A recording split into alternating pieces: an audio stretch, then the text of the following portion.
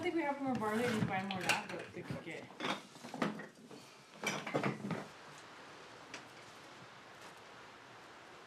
All of this behind me is food that we had in the crawl space, and it's, you know, I was really thrilled about it when we first moved here, crawling around down there and grabbing stuff. But about 6 months ago, I just became less enthused about it. So Eric's been the little mole down there grabbing things. It's been awesome to have as a storage. We don't have to worry about things freezing. I'm pretty confident we have like 2 years worth of food down there. And that's not all the food we have. We have food in our actual main, you know, story of our cabin too. We're moving everything over to the shop now. We can now see our food in the shop. We'll know what we have to eat. Looks like that hit. They're gonna be locked up all day, so you might as well feed them.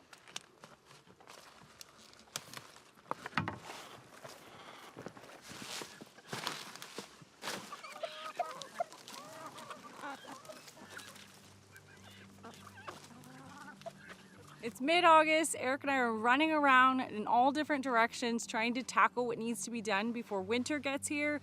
There's a lot of cleanup to do. We tend to do that at this time of the year because we know that in the upcoming months there's going to be snow on the ground and we won't see anything for a very long time. It's an annual chore to clean up the property, but with the shop this year, we have been able to move a lot of our food out from the crawl space of the cabin. We've been able to organize tools and equipment and put it in the shop. Even though it's not heated now, we know that we're going to have to heat it this winter, so we're relying on that. We've had several frosts and just all around kind of seeing some signs of autumn. We don't know if that means that it's going to be an early winter, but we have to get certain things taken care of. That includes certain harvests in the garden, making sure they're done in time. We've already got our firewood stash and the new wood stove going. And at this point, we're shifting our energy to a very big project that we're hoping to accomplish in the next month or so. And that is building a year-round heated seed room with the intent of starting seeds in there in the spring months, but also keeping it heated throughout the winter months. That way I can have plants in dormancy. You never know, maybe we'll try growing some plants during those months. Got a lot ahead of us, starting with the groundwork that needs to be done, and the concrete truck is coming, so we are going to get to work.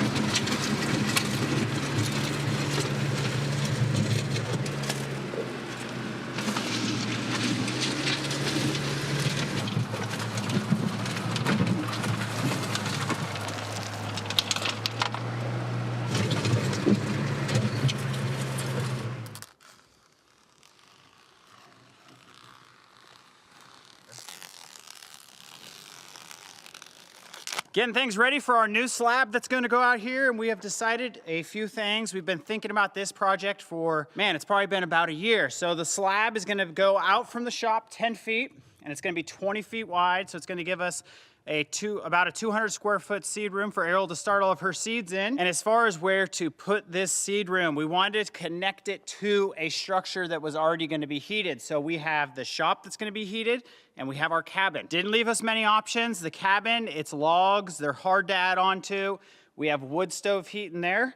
The shop, the back, it's not finished, so we can still add on to it. And the main thing I wanted to do was in-floor heat. So we've got the in-floor heat in here already, and we're gonna continue that out into this slab. We should have very efficient heating out here. Excited for this build. It's one of those ones where Ariel really wants a seed room, and I really don't want to start seeds inside our cabin anymore, so I want to get this done this year. The next thing we're going to do is we're going to cut into some of our foam. So our next slab is going to meet the slab in here, which ends right under this OSB, and we're going to have, let's see, over here it'll probably be about a 4-inch slab, but we need to go down further than that because we're going to be putting 2 inches of insulation. So we're going to go down about 6 inches from here, and we're going to cut out our foam 20 feet along the building here. And we'll see if we can get our forms in. And we'll end it right there. I'm sure we'll be able to get that one to chisel it, yeah. There you go. You heard the term, good to go? Good to go. Good to go.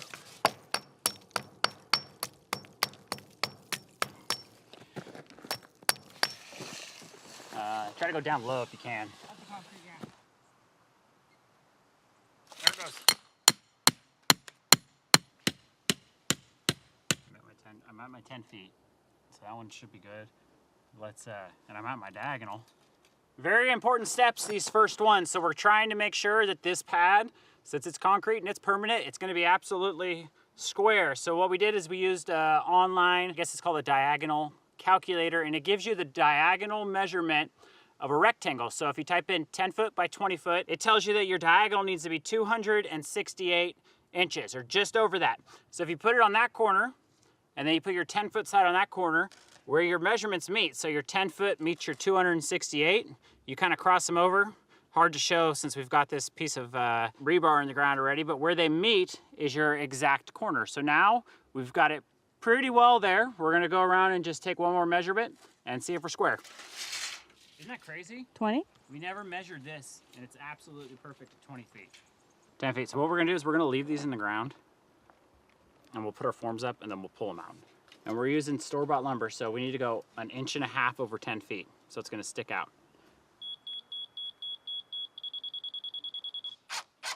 Whoa!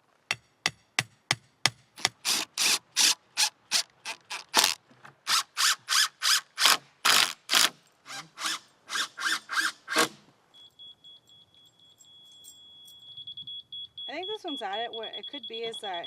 Oh, you're forgetting. What you have to do is you have to actually look at this little dot level right here. You have to get your stick. Oh, is that perfectly why it level. was being so finicky?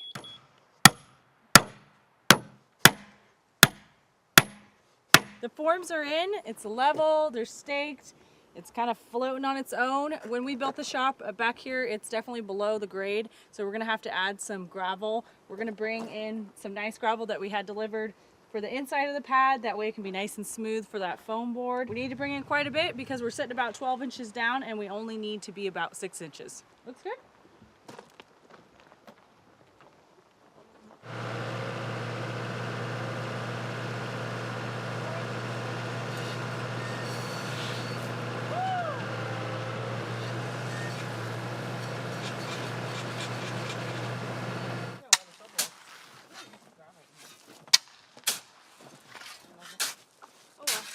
Behind us now.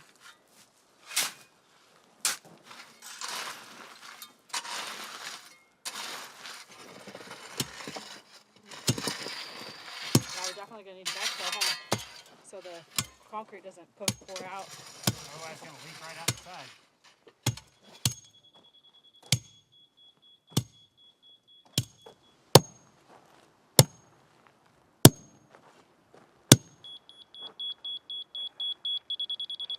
I set it for about 6 inches. As long as we're under 6 inches. A little extra concrete never hurt, but save any, it's a little on the high side.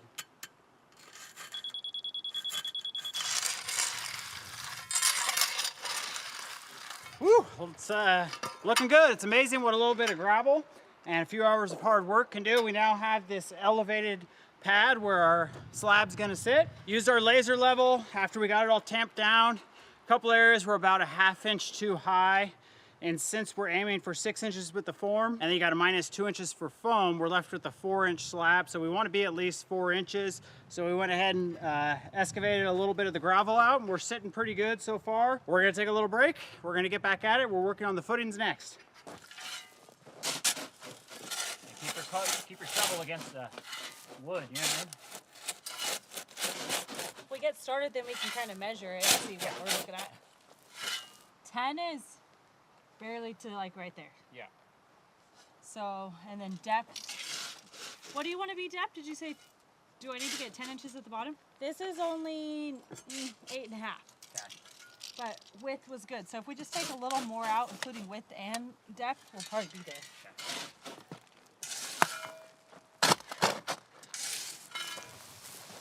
I'm in Milwaukee.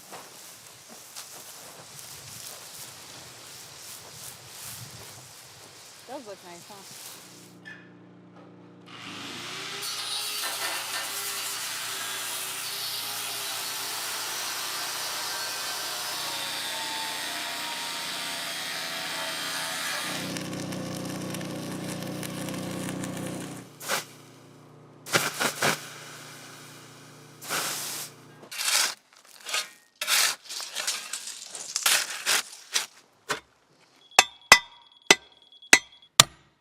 like, what is our ground made of? Rocks? Pure rock.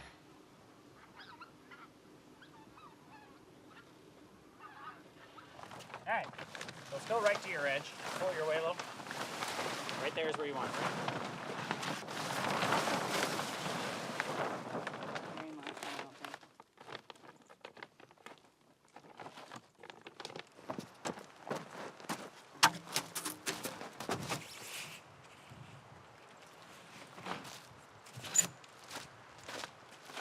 Move or lose it, dude.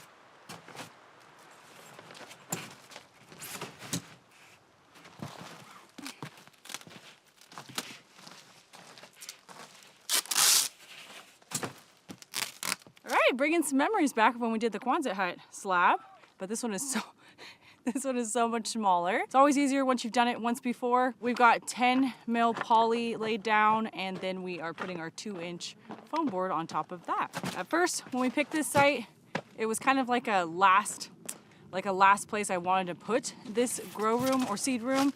I was really trying to put it off of the house, and my reason being why this area wasn't that good to me is mainly the location. So we have these trees right here, fairly good sized trees, 30 feet or so. I thought that they were gonna shade out this area where I really want a lot of sun to basically penetrate in through the windows and to reach the plants. And throughout our time back here, so like spring, building this end wall, and then also all summer, it is insane how hot it gets back here. It's actually one of the hottest parts of our property. That's directly south, so this is west, southwest, and it gets so hot back here. And right now it's blinding with the house wrap and the foam board, so we've got to wear sunglasses. But I'm thinking that this is gonna end up being a perfect location for the seed room. It's windy right now. Today's windy, but it's not windy back here. These trees like offer. Oh, this is such a good area of the property. I know, it is. South It's like a facing, protected secret from the wind. garden. I don't understand how it's so hot back here.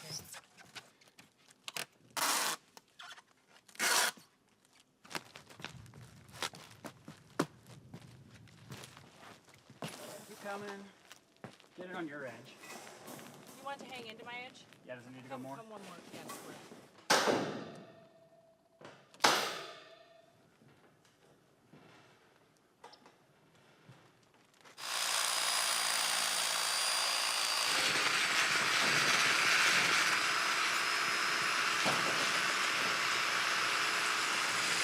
Right there. No, they're supposed to be further apart. Yeah, Okay. that's exactly how they're supposed to be.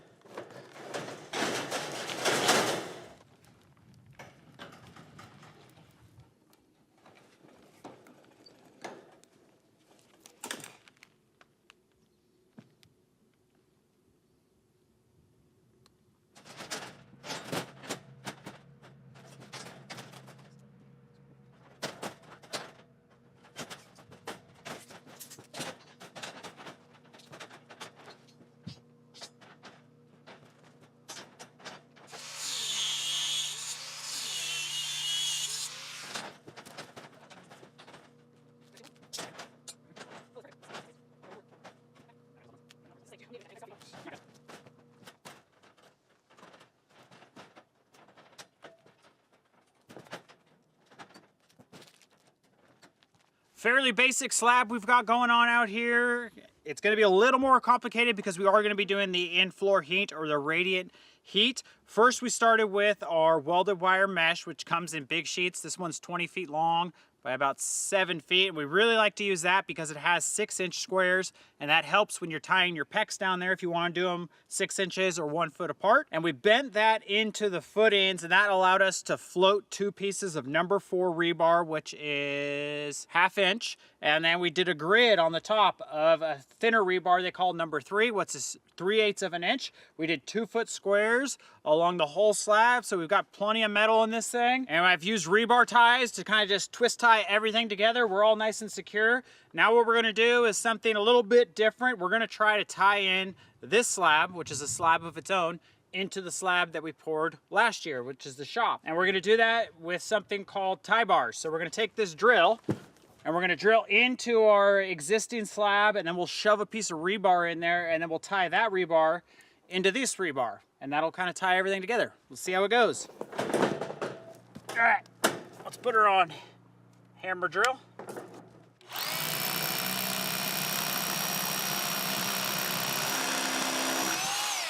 Okay, that's about as far as I'm comfortable drilling into there.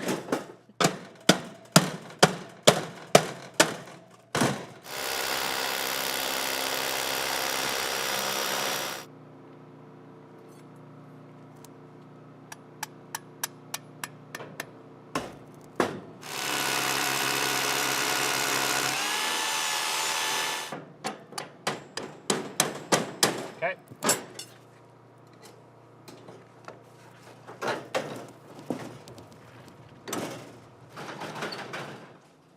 Doesn't seem that hard when you've done it before, but the other pad was really hard the first time.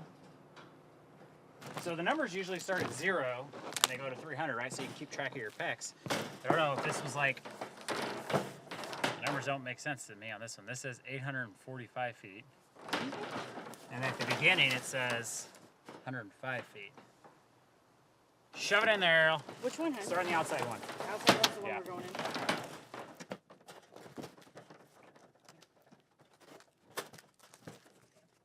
I know.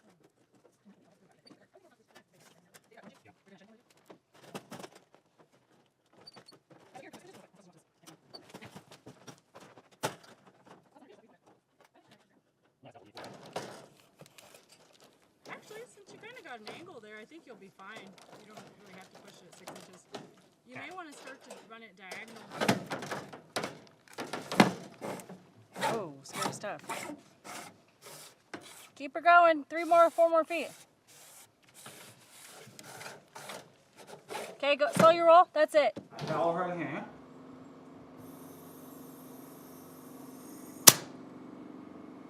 Do you remember how long it took to fill those other ones? It took like 10 minutes. Oh, well, this is just one. It's a higher powered air compressor and it's just one.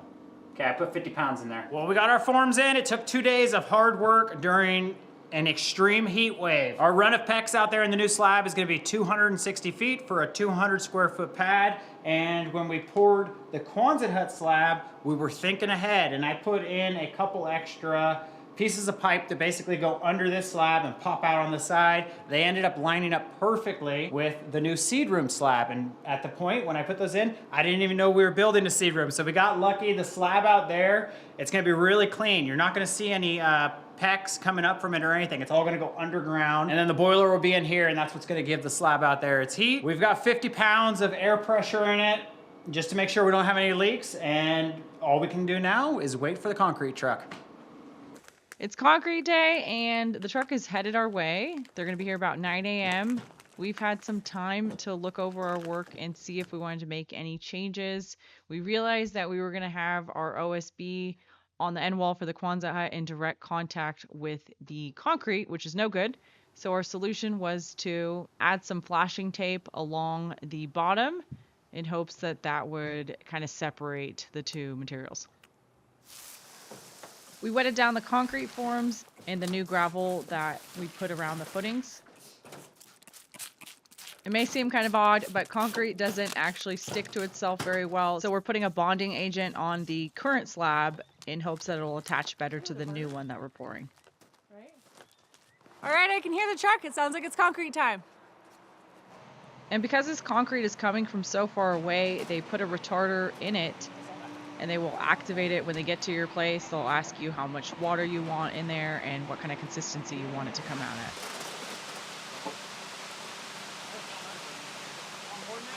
The drivers are always super helpful and they can maneuver that chute, putting the concrete exactly where it needs to go, meaning less raking for Eric and I.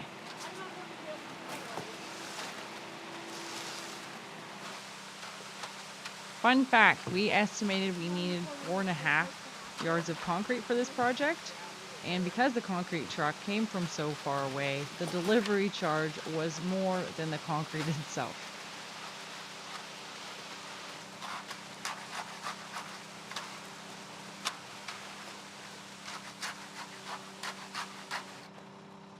We're using a 2x4 to screed the concrete to the level that we want. It was a little bit tricky on the inner wall because we didn't have a form to act as our guide, so we just had to eyeball it. And Eric had the great idea to actually mark the wall with some red paint. That way we could tell if we basically went over the mark that we were looking to get.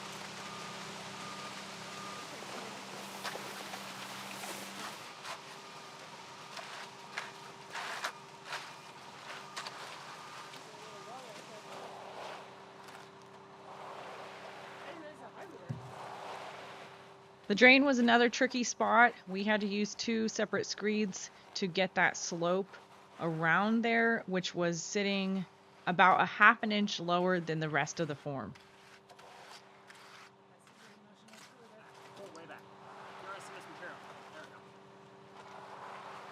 And we've called things too close in the past, not ordering enough concrete. We definitely didn't want to do that this time around. We had 5.5 yards coming. We anticipated we weren't going to use it all for the slab and had an extra form set up already on the other side of the Quonset hut. These drivers are coming from such a far distance that they cannot take any of the extra concrete back with them. So we previously dug a hole with the tractor where they could dump the waste, and in our case, it was under half a yard. And once you get all the concrete out of the truck and in the forms, the stress is over and the fun begins. So this is a 3-foot bull float, and we're going to hit the concrete that we just screeded. And basically what we're doing is we're bringing the cream up to the top. The aggregate or the gravel is going to kind of fall down, and we're going to be left with a smooth finish.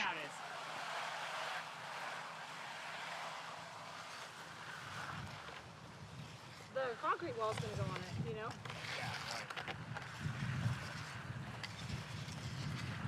Well, we want it smooth, right? Prefer it not crumbly, yeah. Since the slab wasn't too wide, we were able to kind of float this ladder over the top, and that allowed Ariel to kind of crawl out there, and she used a hand magnesium float and then a hand trowel to smooth around the drain. She's still really wet. Why is it so wet still? Look at all the bubbles it's pulling out. See that? Look how wet it is. This is an edging tool she's using, and this kind of packs in the corner and gives it a round, smooth edge as opposed to kind of a sharp, crumbly edge.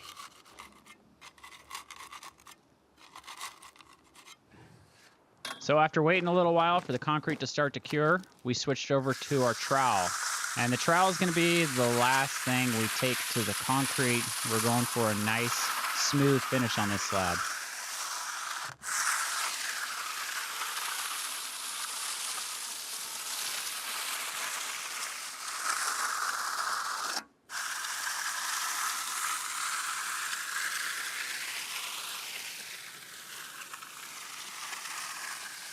Looking good.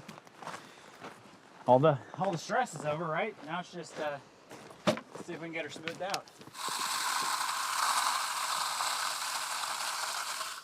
Still wet, you can tell. See how wet it is? Right there? For some reason that water is pulling up right to your left, see that? Yes. And it's pulling up. You didn't see the concrete moving right To there? your right. Although I think I troweled a little bit too early on this one, you can see the center was a little bit wet still. I'm pretty happy with the way the slab turned out.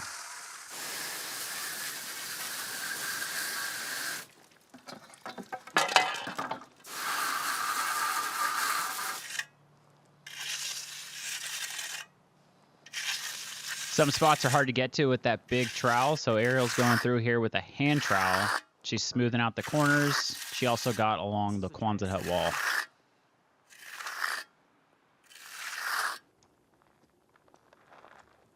And here it is. This is the slab. After 24 hours of curing, it was actually pretty cold at night. I think it got down to about 35 degrees that night.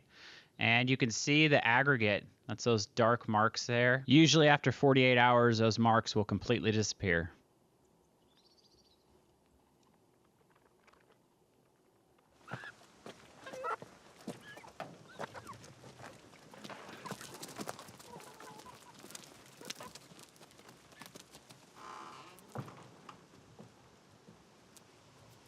Well, it's been just over 24 hours and we are going to be pulling off the concrete forms, and Eric's going to be making the relief cuts today.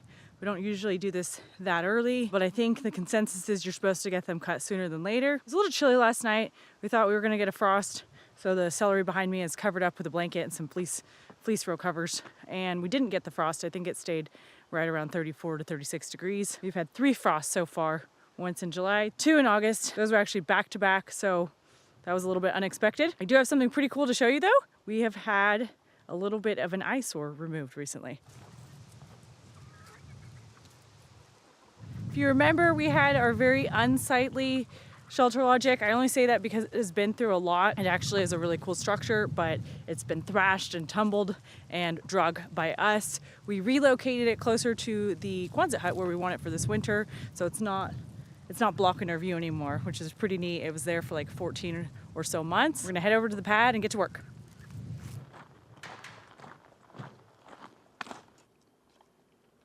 It's drying really fast, huh? In the sun.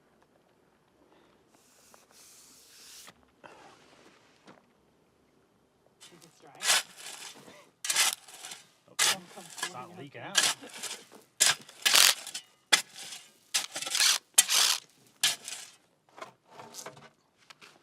Got it out. Nice.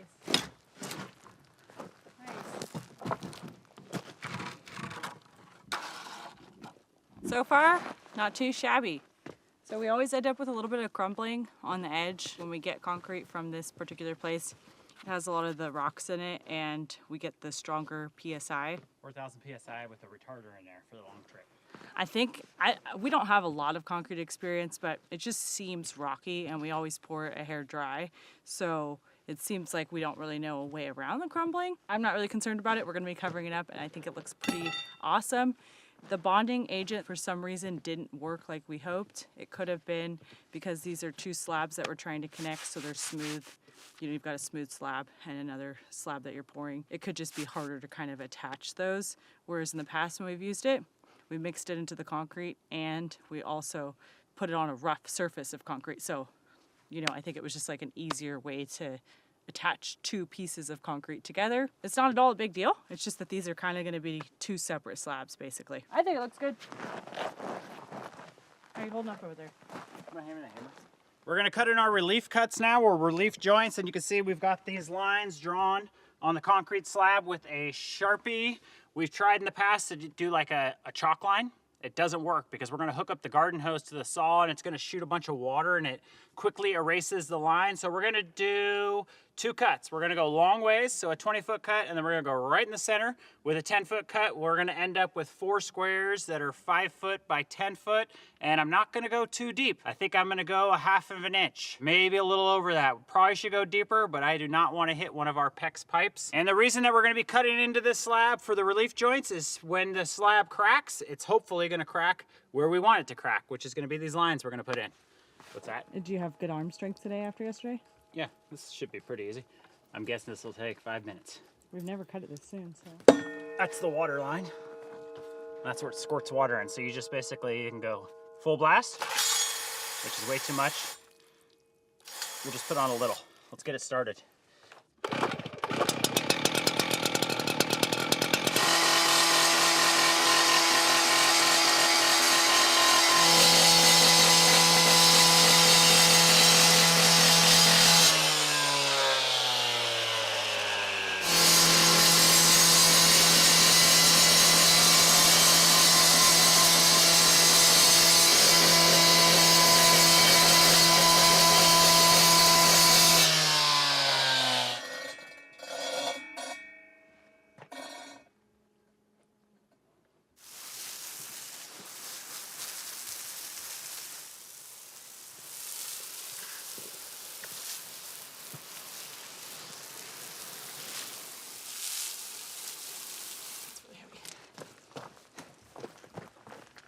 Well, it's been 4 days since we've been out to our slab. It started to rain on us, and Eric and I were doing some indoor work, and we kind of had an epiphany. We have been planning this seed room since winter, acquiring the materials, but we realized we were missing something pretty crucial to the next step of this construction. So we had to run to Fairbanks. It's been kind of raining. We're waiting for good weather to get started on the next part. We're gonna have a celebratory dinner tonight. We're also gonna be harvesting our ginger plant, which is pretty cool. I'm excited about it. So this was a little bit of a gamble. We started it in November. It's been growing since December. It has a really long growing period. It's a totally tropical plant, so like zone 11, 12, 13, couldn't be further away from where we are, zone 1. I don't know how it worked out so well. It seemed to really like our warm cabin, and since we have a shower in there, the humidity isn't too low. It's like in the 50%, and it did okay. Usually I would think it likes a lot more humidity than that. Ginger requires a really long growing period, usually like 9 to 10 months. We're kind of just right on the brink of that. So we're gonna harvest it now. We're going to be replanting it. I think it looks pretty good. I think what we're going to be getting is a combo of baby ginger and mature ginger.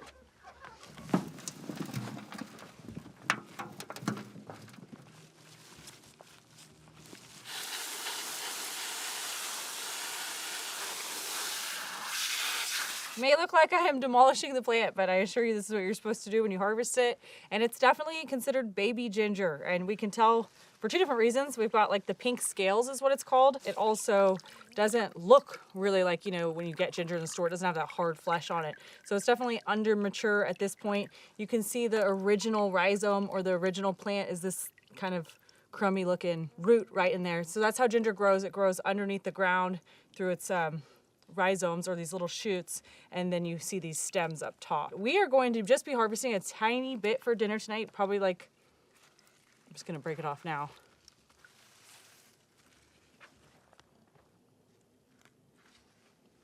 Neat. So this all grew off of that first original plant, which was only like just a few inches long. We're not taking that much because baby ginger does not store very well from what I've read.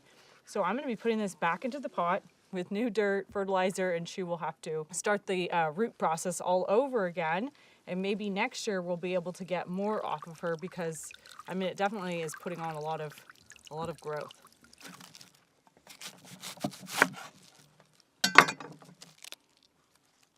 Like little tiny slices.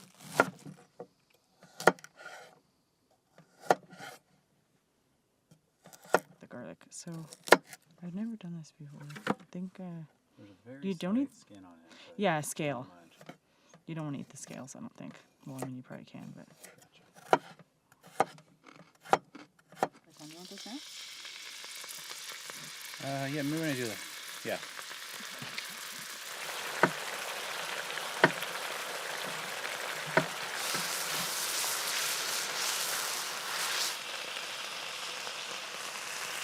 A delicious sounding feast tonight in celebration of the concrete slab that we are now standing on. We are having a honey ginger caribou, and we also got some garlic in there and some red jalapeno that I have a feeling is going to add some major spice to this dish. And we've got a bunch of veggies: cauliflower, celery, bell pepper, onion, carrot, cabbage. That's it, and ginger. So it's going to be awesome. This meat right here, the caribou, it's thinly sliced. It's almost done. We're going to add garlic, ginger, a jalapeno.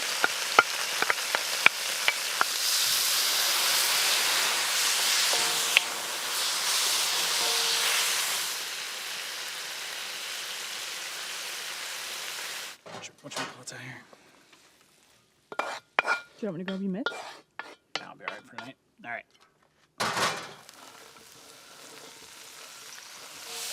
Oh God, look at that.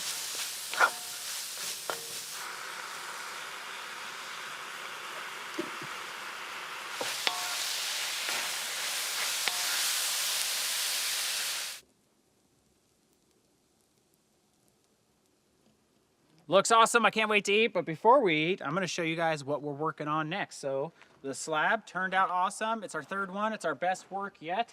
And if you can envision this, in the days to come, we have 3 pallets of concrete masonry units, or like cinder blocks, sitting over there. And we are going to have a wall that goes on the perimeter edge, both 10-foot sides and the 20-foot sides, a little under 3 feet tall. And we have 7 huge 4x4 windows, 1 on this side, 2 on that side, and I guess that will leave us with 4 along the big side. We'll be doing a metal roof that is silver to match the building, and we're getting a little bit better at concrete. We were even confident enough in this slab pour to pour an extra little pad. So we have a big fuel tank that's going to power the in-floor heat and the diesel generator, and it's going to sit on this little slab of a pad here. This one is 4 feet by 7 feet, I think, something like that. And this one turned out super smooth, so it's not going here. We're gonna move it, but it turned out good. See, there's no, that's not hard troweling. That just is like normal. That just looks good. We didn't over trowel it. He still has kind of like lumpy a little bit. It's the aggregate. I'm pretty sure it's the rock. Really a lot of rock in there. There's some spice with those peppers, FYI. Oh, you put sriracha on it? Whoa, it's really spicy though. Before that even. I really taste the ginger. I don't taste the honey that much, but I put a lot of honey. You can eat that later. Those peppers were hot. The ones that ripen really. See, I think with our heat here, I don't know how to get that nice finish work. I've seen people do it and it's with floating, and it's not with I mean, you can do it with a push one, but it's usually hand work. If every pat I poured turned out like this, I'd be pretty happy. This is really good.